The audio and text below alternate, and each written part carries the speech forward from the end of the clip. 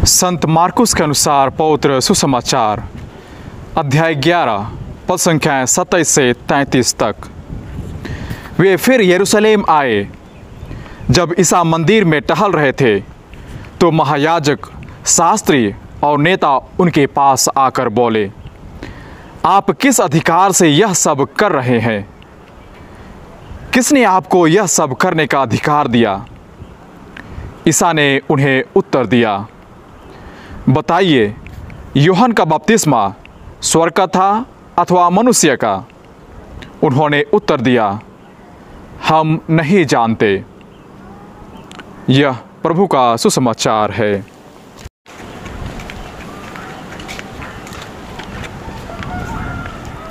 Father जी, क्या हम लोग आपसे एक प्रश्न पूछ सकते हैं?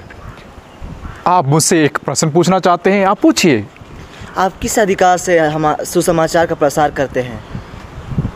ओ, आप हमारा अधिकार पूछ रहे हैं। मैं एक सवाल करना चाहता हूँ। क्या आप मुझे बता सकते हैं कि पहले मुर्गी आई या अंडे? हम क्या बोले?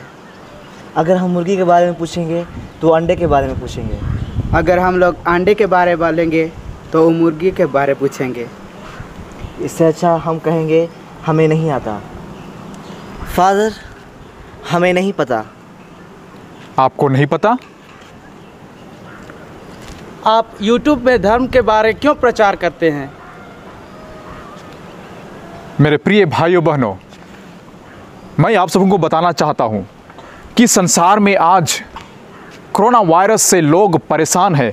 आप क्या बता सकते हैं कि यह कोरोना महामारी लोगों द्वारा निर्मित की गई है या भगवान ने दिया? लोगों द्वारा। आपने सही कहा, यह सब मानव निर्मित है। मनुष्य ने इसका निर्माण किया, लेकिन क्या आप निर्माण करने के बाद इसे वे कंट्रोल कर पाए? नहीं। जब मनुष्य खुद निर्माण करते हुए वे उस पर अधिकार नहीं कर सकते हैं, तो आप बताइए कि यदि भगवान जो बनाता है, क्या हम उस पर अधिकार कर सकते हैं? उसने पूरा संसार को बनाया, लेकिन हम सोचते हैं कि हम सबसे बड़ा व्यक्ति हैं जो हम सबको अधिकार कर सकते हैं, लेकिन ऐसा नहीं है। वह छोटा सा जीवाणु जिन्होंने खुद मनुष्य बनाया और उस पर उनका अधिकार नहीं कर पाया। इसलिए भगवान हम सबों से ज़्यादा बड़ा और बुद्धिमान है। उसी तरह आज के सुसमाचार में हम सुनते हैं कि कुछ लोग यीशु को परीक्षा लेने के लिए, और कल के सुसमाचार में हमने सुना था कि यीशु ख्रिस्त मंदिर से लोगों को बाहर निकाल रहे थे। That means he was cleansing the temple. He was chasing out all the buyers and sellers. So people were taking revenge on him. इसीलिए लोग पूछ रहे थे कि आप किस अधिकार से लोगों को भगा रहे हैं? किस अधिकार से आप बोल रहे हैं कि आप मंदिर को खाली कीजिए? मेरे प्रिय भाइयों, आप सब लोग जानते हैं कि यीशु के पास अधिकार था। आप पढ़ेंगे मैथ्यू के अध्याय 9 पद संख्या 6 में, किंतु तुम लोग यह जान लो कि मानव पुत्र को पृथ्वी पर पाप क्षमा करने का अधिकार मिला है।